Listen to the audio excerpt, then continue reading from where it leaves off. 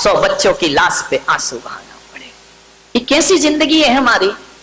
अपना पेट भरने के लिए किसी का पेट फाड़ देना, ये इंसानियत हुआ करती है? विचार करिए, अपना जीवन जीने के लिए, गला बिठाएगा तो, अपना जीवन जीने के लिए दूसरों की जिंदगी उजाड़ देना, ये कैसी मानविकता है? हम तो वो लोग हैं जो दूसरों के लिए अपने जीवन का बलिदान कर दिया करते हैं।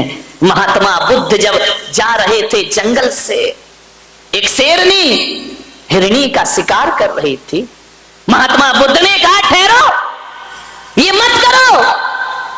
बोले, ये मेरा भोजन है। महात्मा बुद्ध ने कहा, ऐसा मत करो, पिछले जन्म में किया था तो शेर की पर्याय मिली है, इस जन्म को सुधार ले। शेरनी से कहा, उसने कहा कि मैं क्या करूं? बोले, हिरनी को छोड़, मुझे भूख लगी है।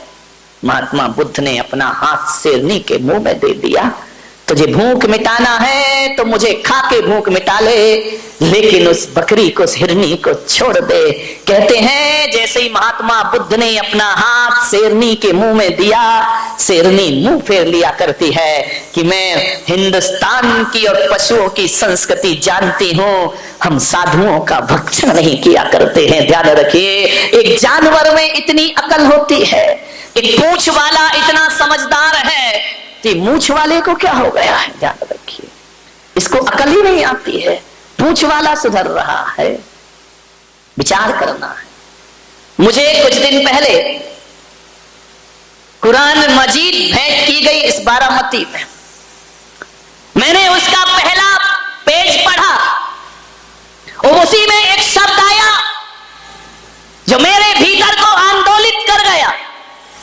पहली लाइन लिखी है कि जगत का कोई भगवान है तो अल्लाह है, खुदा ही भगवान है, दूसरा कोई भगवान इस जगत में नहीं है। मैंने पढ़ा, क्या आपत्ति इसमें? अपने को कोई आपत्ति नहीं, लेकिन आगे की लाइन लिखी कि अल्लाह सब पे रहम करता है। वो लाइन पढ़ के मेरी निगाहें रुक गई कि कुरान मजीद, कुरान शरीफ में कहा है कि अल्लाह सब पे रहम करता है। कुरान की किसी भी आयत में ये नहीं लिखा, आयतों में, कि कुरान अल्लाह केवल मुसलमान पे रहम करता है, ये कहीं नहीं कहा। उसमें तो ये लिखा अल्लाह सब पे रहम करता है, खुदा सब पे रहम करता है, सब पे दया करता है, केवल मुसलमान पे दया करता है। ये तो कुरान की किसी भी आयतों में नहीं लिखा हुआ है। ध्यान रखिए, मैंने पूरा पढ़ते गया, मैंने कहा पढ़ूं तो इसमें लिखा क्या है? हर जगह लिखा है रहम करो, रहमो परवरदिगार, सब पर रहम करिए। और जो आदमी रहम नहीं करेगा, कयामत के समय खुदा आएगा, नेकी करने वालों को जन्नत में भेजेगा और बदी करने वालों को दोजख में जाकर के पटक दिया। जब सब पे रहम लिखा है अल्लाह का, तो पशुओं पे रहम क्यों नहीं मेरे भाई? प्रश्न तो मेरा यहां खड़ा हो जाता है। पशु पक्षियों पर बेरहमी क्यों? तीर्थंकर प्रत्येक प्राणी पे करुणा करते हैं। अवतार पुरुष ने प्रत्येक जीव को जीने का अधिकार दिया है, तो अल्लाह ने भी सृष्टि में सबको जीने का हक प्रदान किया है, किसी की हत्या करने का हक प्रदान नहीं किया है। किसी भी धर्म ग्रंथ में नहीं लिखा है कि आप हत्याएं करिए। ध्यान रखिए, मान्यवर। अमेरिका कहता है कि विश्व एक व्यापार है। अमेरिका का संदेश, विश्व एक व्यापार है और यहां केवल मनुष्य को जीने का अधिकार है। और ऋषि मुनि का देश मेरा भारत कहता है कि विश्व एक व्यापार नहीं, मेरा भारत तो कहता है विश्व एक परिवार है और यहां सभी को जीने का अधिकार है। वसुधैव कुटुंबकम, ये चिंतन है हमारे देश का कि एक परिवार है, पशु पक्षी हमारा परिवार है, एक इंद्रिय हमारा परिवार है, पेड़ पौधे हमारा परिवार है, सब हमारे परिवार हैं, सबको जीने का अधिकार है। ध्यान रखना, मान्यवर। सोचना है आदमी को क्या हो गया है? ऐसी बुद्धि मारी गई 21वीं सदी की इस इंसान की कि टीवी पर देखा संडे हो या मंडे, रोज खाओ अंडे। आदमी तैयार हो गया। अब अभी एक चाल और चल गई है, अंडा शाकाहार है। ध्यान रखिए, माथा ठोक लिया मैंने, अंडा शाकाहार हो गया। अरे मेरे भाई बताइए, मुर्गी के गर्भ से पैदा हुआ है, बताओ आपने इंजेक्शन दे दे करके अंडे पैदा कर दिए हैं, अब इतने अंडे हो गए, इतने अंडे हो गए, इतने अंडे हो गए, जितनी पैदावार है उतनी खपत नहीं है अंडों की, लोग उतना खरीद नहीं रहे हैं। तो व्यापारियों ने एक षड्यंत्र रचा, बोले अभी अंडे खत्म कैसे होंगे, पैदा ज्यादा हो रहे हैं, खपत कम हो रही है, क्या किया जाए। तो ध्यान रखना, व्यापारियों ने एक षड्यंत्र रचा कि अंडे को शाकाहार घोषित कर दिया जाए ताकि शाकाहारी कौम भी इसके गिरफ्त में आ जाए। ध्यान रखना है आपको, अंडा कभी शाकाहार नहीं हो सकता है। हाँ, मैं उस दिन शाकाहार मान लूंगा जब अंडा किसी पेड़ पर लटका हुआ दिखाई देगा, तो मैं कहूंगा अंडा बचाइए अपने बच्चों को। टीवी पर ऐसे विज्ञापन आते हैं, मैं तो कहता हूं संडे हो या मंडे कभी ना खाओ अंडे। ध्यान रखना, स्वर्गों में संडे मंडे नहीं होते, ध्यान रखना, स्वर्गों में संडे मंडे नहीं होते, मुनियों के साथ गुंडे नहीं होते, अहिंसा के हाथ में डंडे नहीं होते, और शाकाहारी की थाली में अंडे नहीं होते। ध्यान रखिए, शाकाहारी, शाकाहारी उत्तम चाल चल रहे हैं। और आदमी इतना मूर्ख है, जो एडवर्टाइज देख लिया वही चाहिए हमको, जैसी स्टाइल हेयर स्टाइल देख ली हमारे छोरे तैयार, हमारी भी ऐसे ही होना चाहिए। महिलाओं ने देख ली मेरी साड़ी उसकी साड़ी से सफेद कैसे, सुपर रेन। ध्यान रखिए मान्यवर, अब वही चाहिए जो टीवी पे देख लिया। अब चाहे उसमें गुण हो, उसमें योग्यता हो, क्वालिटी हो या ना हो, अब तो वही चाहिए। विचार करिए, सोचिए, ऊंचे लोग ऊंची पसंद, माणिक चंद। ध्यान रखिए, विचार करिए, माणिक चंद, मैंने कहा इस ऐड को बदल दो, ऊंचे लोग ऊंची पसंद, मूर्ख चंद। काय का माणिक चंद, ध्यान रखना, कैंसर ले रहे हो माणिक चंद, क्या विज्ञापनों की दुनिया आ गई, जो भी देख लिया है। मैंने उस दिन बताया था, यहाँ बाल कटे, यहाँ बाल कटे, बीच में फ्लाई ओवर। ध्यान रखना, क्या दशा है, बाल कटा लिए घूम रहे हैं। अब भाई टीवी पे देख लिया, वो प्रोफेशनल लोग हैं। अब बताओ, गोविंदा ऐड करता है, काय का नवरत्न तेल, जिंदगी में रामलाल ने लगाया नहीं होगा, सूंघा भी नहीं होगा, उसे पैसे मिल रहे हैं, तुम्हें क्या मिल रहा है। ध्यान रखना मान्यवर, विचार करिए, विज्ञापन की दुनिया में ज्यादा मत भागो। एक बात याद रखो, मुझे समझ नहीं आता है विज्ञापन किसका होता है, बोलो किसका होता है विज्ञापन, बताओ सेठो, काय का ऐड होता है, जो माल कचरा होता है।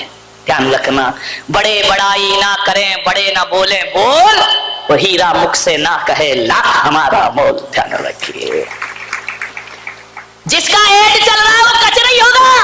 ध्यान रखना, कचरा चीज ऐड डालडा का चलता है, देसी घी का ऐड नहीं चलता, वो तो शुद्धि है। ध्यान रखना, विचार करना है, ज्यादा ऐड के चक्कर में मत पड़ो।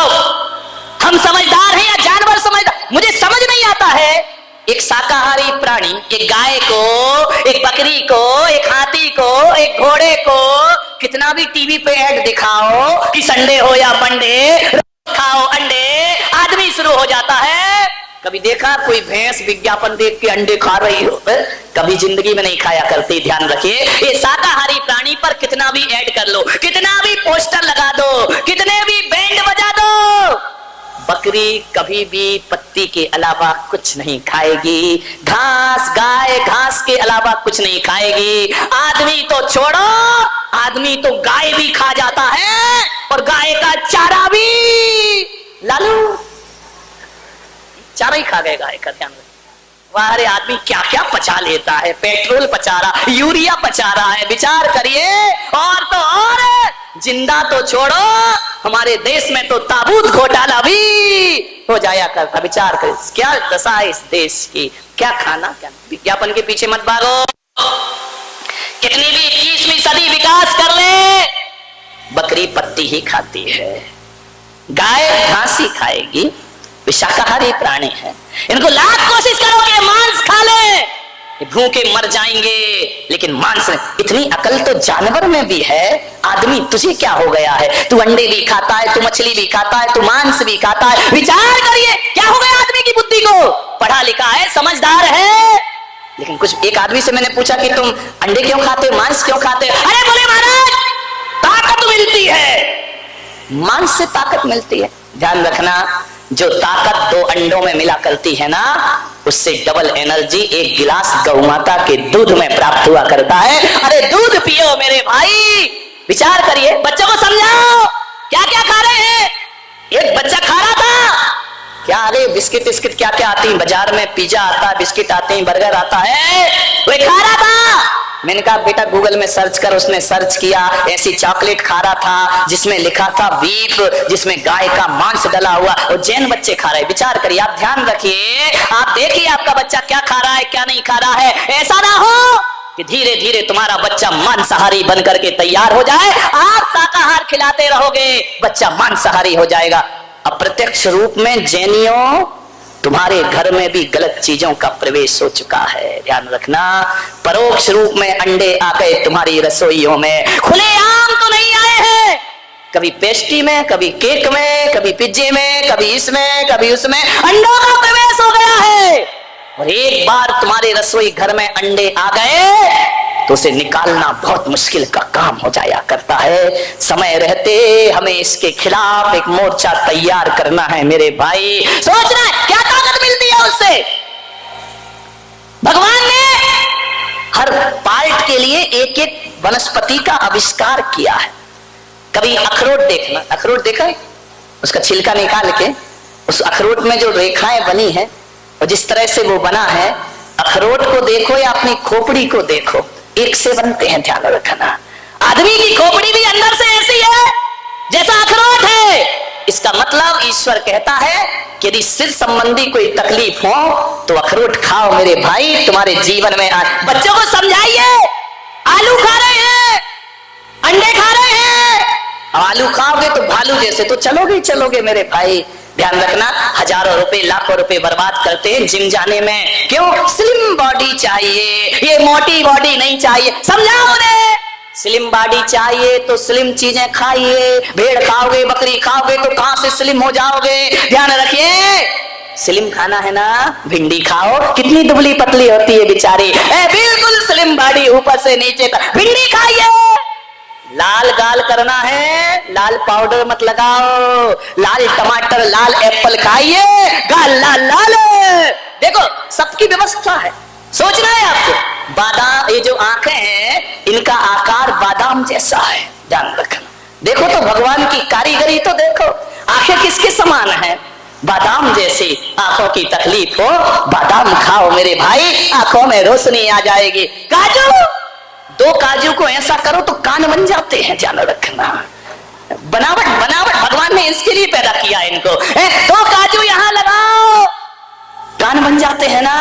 कान में प्रॉब्लम हो, काजू खाओ मेरे भाई। जीवन मुलायम ओठ करना है, पतले पतले मुलायम मुलायम, तो कहा है किशमिश खाओ मेरे बेटे, क्योंकि जो किशमिश में धारियां होती हैं वही ओठों पे धारियां होती हैं, और जैसी मुलायम किशमिश होती है वैसे ही तुम्हारे इन्हें खाओ।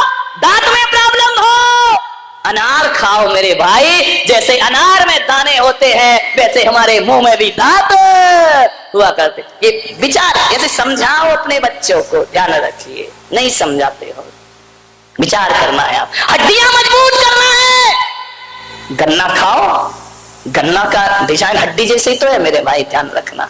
वो हर चीज बनाई गई है आपके लिए, आप वही खाओ। जिस पार्ट में जो तकलीफ हो, वैसी वनस्पति समाज देश में आ चुकी है मेरे भाई, वैसी वनस्पतियां बना दी गई हैं